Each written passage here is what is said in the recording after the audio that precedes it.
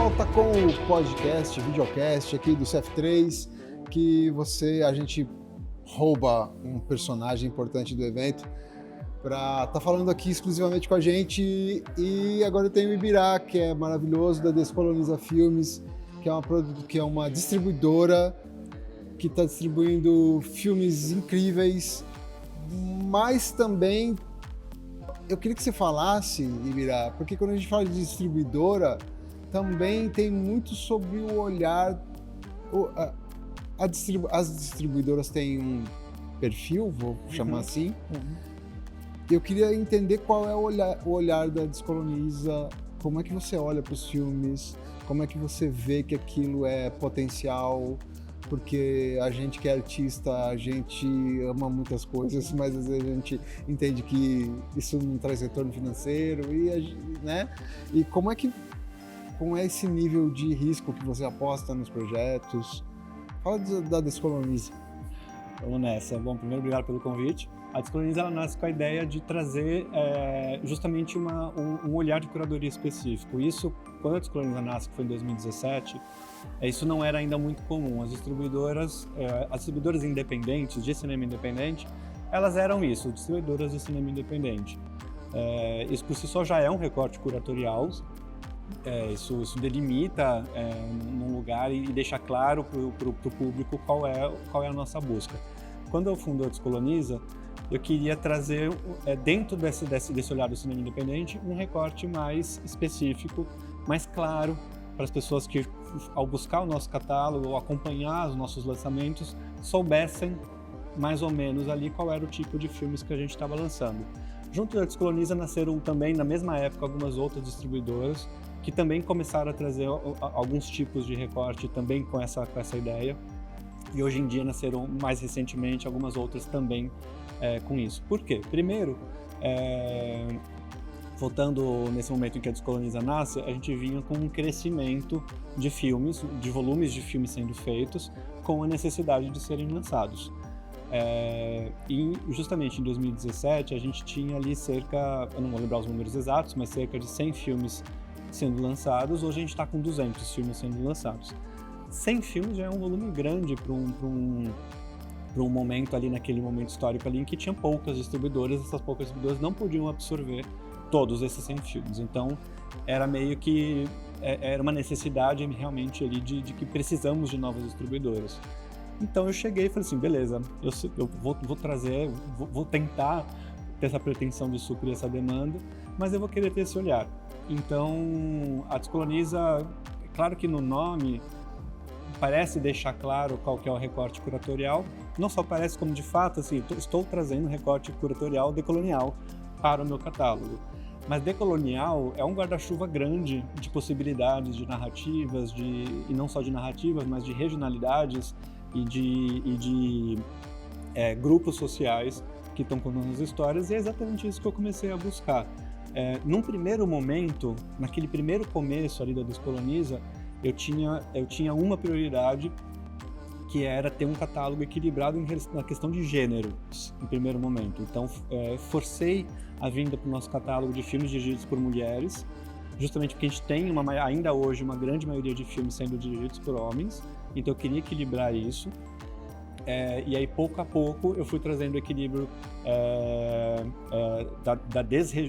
desregionalizar o meu catálogo, e aí o desafio maior agora é o equilíbrio da questão de raça, porque a gente tem uma minoria, muito minoria ainda, não branca fazendo filmes, e eu persigo que quem esteja fazendo filmes não brancos, eu não necessariamente negros, mas indígenas também, eu começo, quem é que está fazendo, eu acompanho, eu fico atento para tentar me aproximar e pouco a pouco ir conseguindo trazer. É claro que eu não tô sozinho nessa disputa, vou colocar aqui entre aspas, porque a gente não se compete, a gente não sente que nós, distribuidores independentes, competimos entre nós, porque a gente não pode absorver tudo mesmo. Então tá tudo certo, e eu vou conseguindo construir esse catálogo aos poucos, dentro dessa ideia curatorial, e tem funcionado, a gente tem avançado. É claro que com esse período foi um período muito difícil para distribuição independente, com ausência de políticas públicas de distribuição, ou não necessariamente ausência, mas sem uma continuidade, então a gente não conseguia ter a certeza de que, um projeto de Rondônia eu fosse poder distribuir, porque Rondônia não tem edital local de distribuição e não tivemos editais nacionais de distribuição nesse período, então acabei tendo, ao longo desse período, um volume maior de filmes de São Paulo, de filmes do Rio, ou de Pernambuco, que Pernambuco tem uma continuidade de edital de distribuição. Então meu catálogo ele vai ser sempre o catálogo que eu vou estar sempre perseguindo esse lugar, né? Acho que eu não vou chegar nunca pronto, agora eu tenho o catálogo que eu quero ter, até porque eu não vou parar de distribuir, espero. Então ele vai sempre sendo construído nesse sentido, e eu espero melhorar essa curadoria conforme a gente avançar também enquanto políticas públicas.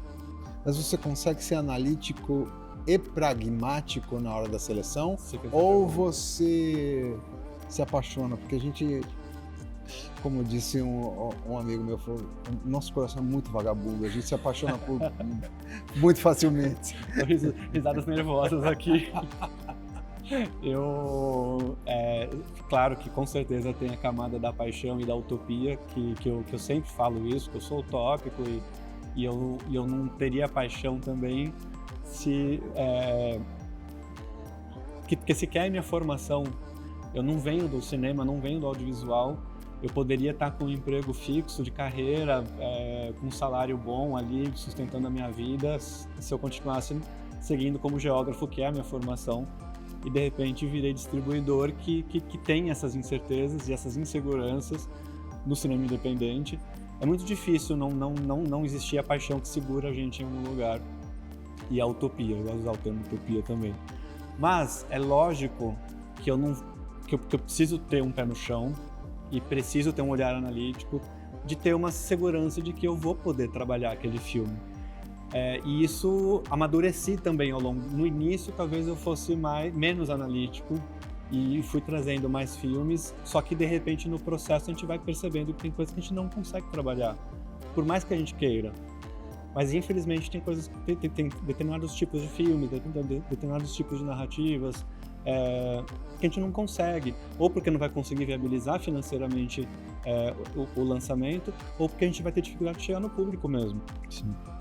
Então às vezes eu trago alguns filmes que são mais experimentais, que até fizeram carreiras de festivais super importantes, mas um cinema muito experimental é muito difícil de chegar no público. Talvez a forma, o espaço de fruição deles sejam outros, e aí eu preciso ter também essa maturidade de entender que às vezes querer não é poder necessariamente, infelizmente.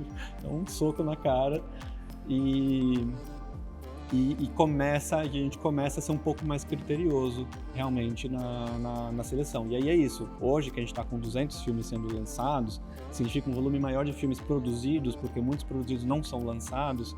A gente precisa ter muito cuidado. A gente precisa saber olhar para esses filmes e selecionar. E para mim é muito difícil chegar e falar, não vou distribuir teu filme, por mais que eu goste tanto do filme quanto da pessoa. E por mais que aquele filme, aquela pessoa no meu catálogo fizessem muito sentido para esse catálogo que eu quero perseguir o tempo inteiro, mas se eu não conseguir, é melhor eu falar não mesmo. E ter essa sinceridade e entender. E eu acho que falar sobre distribuição é tão importante também para isso, assim, porque os realizadores, as produtoras precisam ter noção também. Não é só eu que tenho que ter essa noção. Todos nós, enquanto mercado, enquanto indústria, enquanto ecossistema audiovisual, todos nós precisamos ter em algum momento uma visão de mercado, uma visão de público, para saber se eu, distribuidor, vou poder trabalhar e se vai existir efetivamente o público nessa etapa comercial. Então, às vezes vai ter no cinema, às vezes vai ter em outros espaços que de repente não precisa passar por mim, esse que é o ponto. Sim.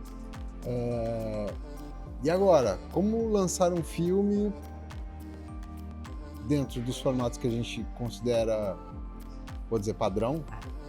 Um filme padrão, um filme de 2 horas numa sala de cinema.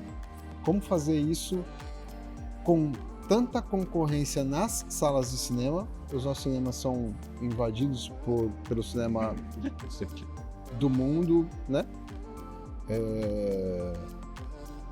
E a gente tem muita pouca janela de visibilidade para o cinema brasileiro. Mas ao mesmo tempo, ok, vamos procurar outros caminhos. E daí esses outros caminhos também parece que já estão todos invadidos, né, e dominados por, né, por tudo que não é o cinema brasileiro. Sim. A não ser outros tipos de narrativa que os jovens consomem, que são as narrativas mais curtas, de outras plataformas diferentes. Eles consomem YouTube, TikTok, que são outras narrativas de outros formatos, né? Que daí sim o Brasil parece que tem um certo domínio, mas no modelo tradicional de cinema que a gente aprendeu da distribuição linear do cinema, DVD, videocassete, coisa, rental e depois TV e depois, né? Essa cadeia houve um processo disruptivo, ela não existe mais. Ok, vamos tentar entrar em outra plataforma ou uma outra janela, mas parece que essas janelas também têm uma invasão de conteúdos muito grande, né? Sim. Que a gente não consegue de maneira nenhuma habitar nesses espaços. E daí, como distribuir? Porque é um desafio distribuir, Sim. né? No cinema, mas também agora se torna difícil distribuir fora do cinema. Bom, você trouxe, são várias camadas no que você trouxe. Sempre que eu vou distribuir um filme, a primeira coisa que eu faço sempre que eu vou fechar um contrato de distribuição com o filme, antes de distribuir o filme, eu faço o trabalho de alinhamento de expectativas. Porque é isso, eu preciso entender o quanto o que a pessoa dona daquele filme espera. Pode acontecer, e muitas vezes acontece, de ter um desalinhamento de realidade em relação à expectativa da pessoa e do que é possível de alcançar. Então a gente precisa alinhar essa expectativa de fato. Mas alinhar essa expectativa, e eu faço assim porque que infelizmente é sempre negativa, é rebaixar, tá. Infelizmente, mas a gente precisa ter pé no chão. Assim, a gente não tem como... vou usar um termo pesado aqui, mas a gente não tem como estuprar o sistema para conseguir resultados maiores para o filme que eu estou lançando, se ao fazer isso, só se a gente quiser fazer isso, eu vou perturbar o resto do ecossistema, eu vou perturbar o acesso a outros filmes que também estão sendo trabalhados e lançados naquele mesmo momento. E eu falo isso porque existem pessoas que eventualmente usam desse mecanismo, e eu acho isso muito grave, eu acho complexo. A gente tem que ter um respeito para o restante de filmes que estão sendo feitos, não só em relação aos demais filmes, mas em relação ao público também. Porque se eu dou mais visibilidade para o filme que eu estou lançando, usando recursos não respeitosos, significa que eu estou tirando espaço de uma diversidade de conteúdos que estão buscando esses pequenos espacinhos, assim como eu.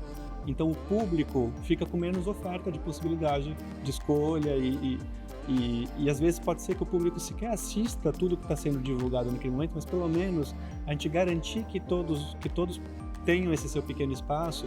Para o público isso também é saudável.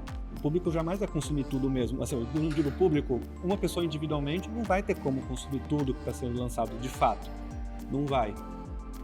Mas a gente precisa garantir para o público que existe essa oferta e as pessoas precisam saber que existe, né? Então, beleza. Então eu faço esse primeiro alinhamento. Aí na hora de fazer acontecer efetivamente, os espaços de fato são restritos hoje em dia porque a gente tem um volume maior e a gente não teve o crescimento das janelas. A gente aumentou o volume de produção de filmes, mas a gente não aumentou as janelas e por consequência também não aumentou o público. Mas a gente está num país de 200 e mais de 10 milhões de habitantes. O espaço para aumentar esse público ele existe, e muito, não é pouco. E aí a gente faz um trabalho que é o trabalho de formiguinha. Cada filme ele tem o seu público. Cada filme vai ter um público para se comunicar.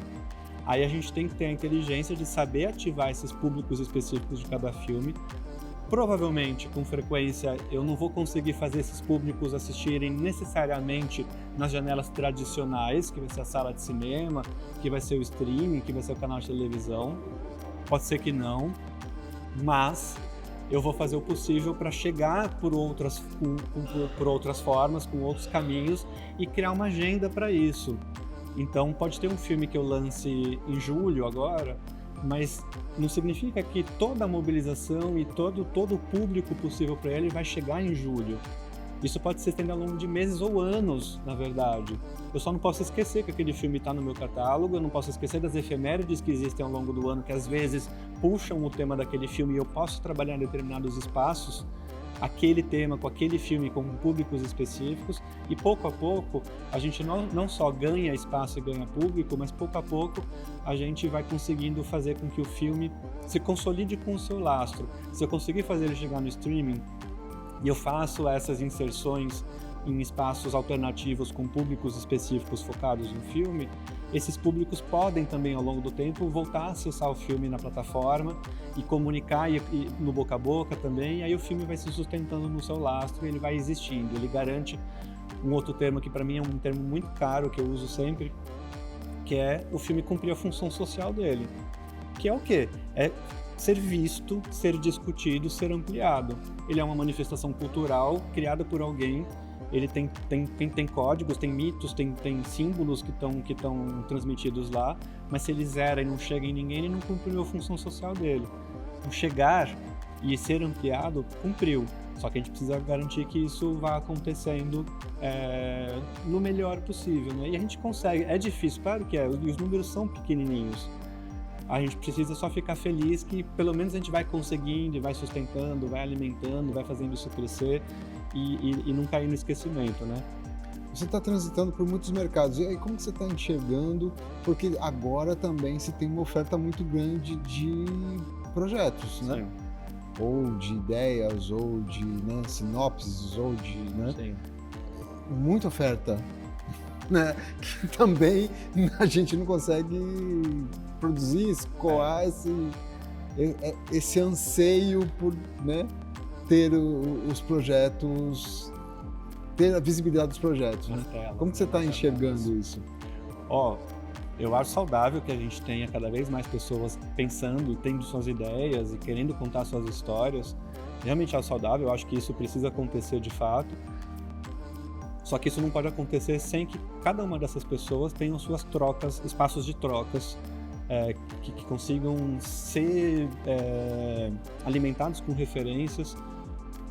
E essa é a importância dos ambientes, dos eventos de mercado e assim por diante, às vezes mais até do que festivais, apenas festivais, porque quanto mais a gente, as pessoas que estão contando as suas histórias vão conhecendo quem já está inserido no mercado, vão escutando a gente, escutando outros, e vai tendo uma noção do que está acontecendo, aonde ele está querendo se inserir. Isso vai trazendo uma inteligência, uma sabedoria, de fato, para que aquela história que ele quer contar vá tendo uma oportunidade de amadurecer, de ficar madura, e aí, em algum momento, ela vai conseguir ser contada de alguma forma. O que eu acho é que aí é o ponto sensível, de fato. Se a gente não fizer isso acompanhado de um trabalho de formação de público, isso não vai depender só de nós, isso precisa vir enquanto política pública, a gente vai ficar num gargalo eterno de pouca audiência ou muito pouca audiência para todos os nossos conteúdos. Eu acho sim que a gente precisa ter uma cada vez maior variedade de pessoas querendo contar suas histórias, a gente precisa aumentar o nosso público. Sim. Esse foi o Ibirá. Obrigado, Ibirá, pelas nossas provocações. Parece que a gente tem mais provocação do que resposta, sempre. Mas excelente. Esse foi o videocast, podcast aqui do CF3. Obrigado, Ibirá. Eu agradeço.